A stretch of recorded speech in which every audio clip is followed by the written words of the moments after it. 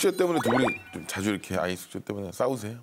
네, 싸워요. 매번 이렇게? 네, 왜냐면 숙제를 매일같이 해야 되는데 제가 화요일, 목요일은 또 이제 야근하다 보니까 못 봐주잖아요. 못 봐주고, 그럼 예. 남편한테 좀 기대를 해요. 근데 남편이 결국은 숙제를 못 시켜요. 그럼 그 다음날 수요일 날, 금요일 날 밀리는 제가 2배로 해야 돼요. 결과적으로 끝내지 네. 못하고 아니, 밀리는군요, 계속. 네, 밀리는 숙제가. 거예요. 저 같은 경우는 이제 그게 집에 빨리 들어와야 8시 40분, 9시예요. 그럼 저도 집에 와서 샤워할 시간이 필요하잖아요. 그러고 나오면 9시 반, 40분이에요. 그럼 왜 안 했니? 아니, 애기 재울 시간 다 됐는데 뭐해? 왜 약속도 안 지켜? 하려면 하지 왜 안 해?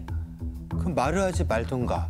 그냥 불만인 거예요. 왜 한다고 했으면서 왜 안 시키냐? 왜 못하게 하느냐? 숙제를 화요일, 목요일 날 해줄 수 있어? 그러면 남편은 또 예스맨이라서 예스를 해요. 그럼 당연히 그거를 기대를 하고 저는 나름대로 제 플랜을 짠단 말이에요. 근데 그 플랜이 어그러지는 거예요. 남편이 결국은 못하니까. 차라리 노라는 말을 해줬으면 거기에 맞는 플랜을 제가 짤 텐데 노라는 말은 안 해요. 그러니까 저는 그 시간대에 어떻게든 해보려고 못하더라도 어떻게든 이제 해보면은 이제 조금이라도 되지 않을까 아니면 조금이라도 뭐라도 할 수 있지 않을까라는 생각에 이제 예스를 하는 거죠. 그래도 같이 한번 해봐야지. 아예 모른 척하는 것보단 나으니까. 박사님 이런 팁을 한번 주셔야 될 것 같아요. 왜냐면 저 숙제 진짜 안 치셔가지고 하고 있는 계속 뛰쳐나가고 쉽지 않거든요. 애가 이쁘니까 이걸 또 어떻게 해야 돼요? 뭐라고 하지도 못하고. 숙제가 뭐길래. 그것도. 근데 또 가끔 아직 유치원생이라서 사실. 그러니까 나이가 유치원생인데 유치원생의 숙제가 뭐 그렇게 뭐길래 그렇게 대단하길래 신뢰 막 믿음 뭐 이렇게까지 되니까 아내는 숙제에 대해서 굉장히 많은 의미를 두시는 것 같아요. 굉장히 큰 의미. 그러니까 아내한테 있어서 숙제란 무엇일까라는 생각을 좀 해봐야 될 것 같아요. 아내는 제가 이렇게 보니까요, 굉장히 성실하신 분이고 책임감이 굉장히 강한 분이세요. 책임감. 그래서 회사에서도 되게 좋아할 것 같아요. 맡은 업무 철저하게 잘하실 것 같아요. 근데 약간 조금 안쓰러운 게 전 좀 안쓰럽더라고요. 이분은 인생을 과제를 하듯이 숙제를 하듯이 사시는 분 같아요. 이 나한테 주어진 과제, 내가 어깨에 짊어매고 가야 되는 나의 과제와 숙제를 하지 않으면 굉장히 뭐가 좀 불편하고 힘든 거지. 그건 있을 수도 없는 거지. 좀 그러세요? 좀 그런 거 같기도 하고 그런 생각을 지금 처음 들게 되는 것 같아요. 아니 물론 문제가 있다는 얘기는 아니에요. 근데 어깨가 너무 무겁죠. 늘 그렇게 살면. 그리고 삶의 즐거움을 잘 못 느끼죠. 과제는 해야만 하는 거니까. 또 하나는 삶을 과제와 숙제처럼 생각하는 사람들은 결국 해내야 돼요. 중간 과정보다는 결과적으로 오늘 피니쉬 끝내야 돼. 그러니까 아내분이 아까 남편에게 아니 결과적으로 안 했으면 아무 소용 없는 거야. 안 한 건 문제가 있는 거야. 이렇게 말씀을 하시거든요. 지금 유치원생인데 물론 끝내면 너무 좋죠. 근데 숙제를 끝내는 것보다 더 먼저 배워야 되는 게 이게 귀찮고 하기 싫고 노는 게 더 재밌지만 이 정도의 분량을 내가 왜 해야 되는지의 개념을 배우는 거거든요.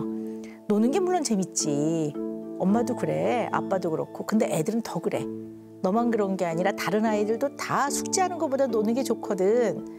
근데 어른들은 왜 자꾸 이걸 하라고 할까? 뭐 이런 걸 물어보면서 아이랑 이러한 개념을 배우도록 이 중간 과정을 굉장히 많은 시간을 쓰셔야 돼요. 근데 너무 인생을 숙제와 과제를 하듯이 사는 사람들은 이 중간 과정에서의 이런 개념을 중요하게 생각하기보다는 어쨌든 마지막 종착점에서 이걸 다 끝내느냐가 더 중요하기 때문에 이런 과정을 거쳐야 시간이 많이 지난 다음에 아이가 싫어도 해내야 되는구나를 알게 돼요. 그래서 이걸 잘 생각을 해보셔야 될 것 같아요. 그리고 또 하나는 이것도 궁금한 건데요. 기본적으로 꼭 지켜야 되는 규칙 중요하죠. 그리고 그걸 통해 아이가 규칙과 여러 가지 질서, 하기 싫은 것도 받아들이는 거 이런 거 가르치는 거 되게 중요하거든요. 그런데 제가 느끼기에는 규칙이 좀 많은 것 같기도 해요. 그게 나쁘다는 게 아니라 좀 많은 것 같거든요.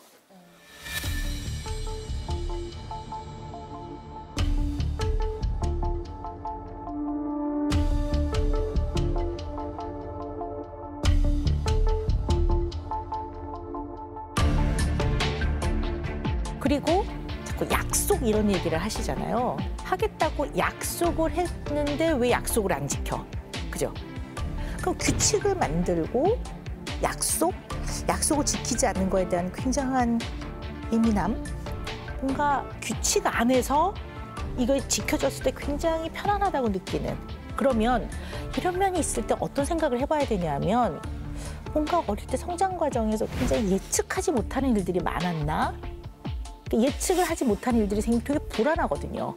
근데 규칙은 예측이 가능하잖아요. 지키는 어떠한 기준이니까. 그럼 어린 시절에 좀 그런 어려움들이 혹시 있었나? 좀 불안했나?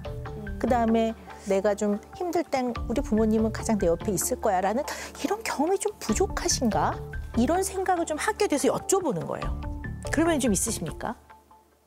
네, 아빠가 좀 욱하셨어요. 들어봅시다. 아버님은 좀 어떤 분이었는지 어린 시절을 좀 들어봅시다. 아빠가 되게 평소에는 호인이신데 술을 드시면 주사가 있었어요.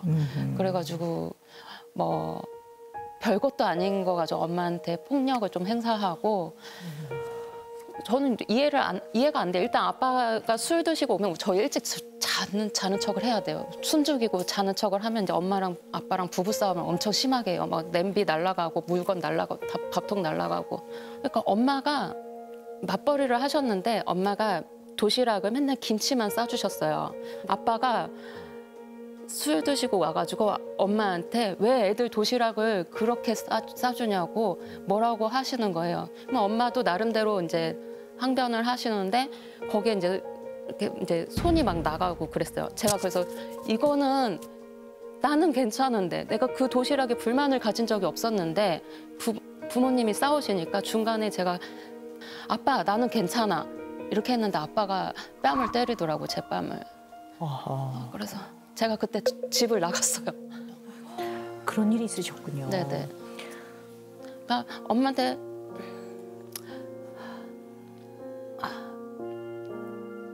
우리 때문에 살지 말라고 아빠랑 살지 말라고 그거를 밥 먹듯이 얘기했어.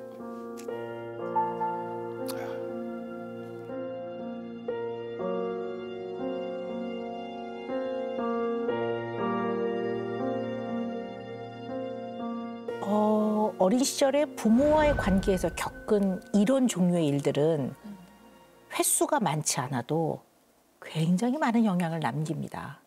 어린 시절의 아내분은 그 이해 안 되죠. 이해 안 되죠. 그냥 예측이 안 되는 거죠. 이 일을 해서 혼날 만한 일이라는 걸 생각을 못하고 있을 때 가서 혼이 나면 되게 불안하잖아요.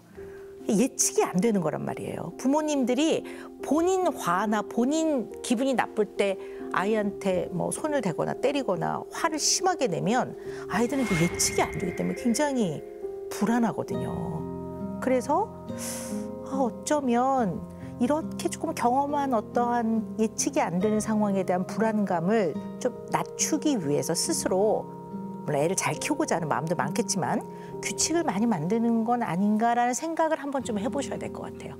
옥신각신 하다가 남편이 예를 들어 모르게 화를 내시는 분도 아닌 것 같긴 하는데요. 뭐 그러다 옥신각신 하다 보면 약간 좀 목소리가 커지면 그 어릴 때 그 공포와 두려움이 확 느껴지면서 이게 사실 두려워서 여보 나는 그럼 두려워져 이렇게 표현해야 되는데 그만해 말하지 마 끝 말하지 마 이렇게 되는 거죠.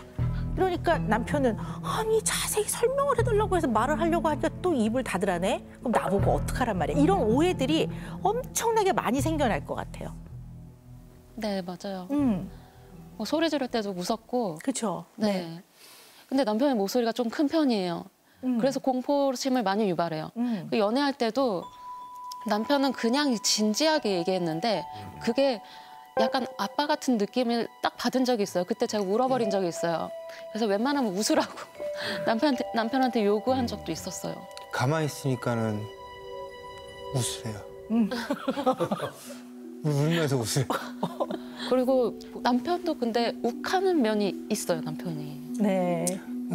누가 절 건들지만 않으면은 좋은데, 그러니까 싸울 때도 얘기하는 게 그거 아니에요. 왜 소리를 질러? 아니 먼저 시작해도 원성이 올라가니까 남들이 야 그런데 다 왜 이렇게 말을 안 하잖아요. 야 하니까 나도 왜 하는데 소리를 질러? 네가 먼저 했잖아. 내가 언제 지금 소리 지르고 있잖아. 내가? 와, 그러네. 또 내가 또 소리 질렀네. 내 잘못이네. 남편이 목소리가 이렇게 되는 크니까 거예요. 저는 또 그렇게 느껴지는 거예요. 네. 아니 또 남편분의 내면 안에도요 좀 어른스럽지 못한 면이 있긴 있어요. 그게 어떤 면이냐면 아내한테 너 왜 나한테 그래? 이게 남편의 입장에서는 그렇게 생각이 될 법한데요. 아내에 대한 이해도가 조금만 깊어지면 내가 그래서가 아니라 이 사람의 내면에는 이게 너무 자리를 많이 잡고 있네. 이걸 좀 조금이라도 깊이 이해한다면 아, 내가 이 말을 하면 이 사람이 굉장히 상처받겠다라는 것까지 그냥 조금 편안하게 이해가 되거든요. 근데 거기까지 못 가신 것 같아요. 조금만 이해 폭을 넓혀서 성장을 하시면 이게 성숙이라고도 표현하는데요. 이러면 훨씬 더 아내와의 관계가 편해지실 것 같아요. 맞아요.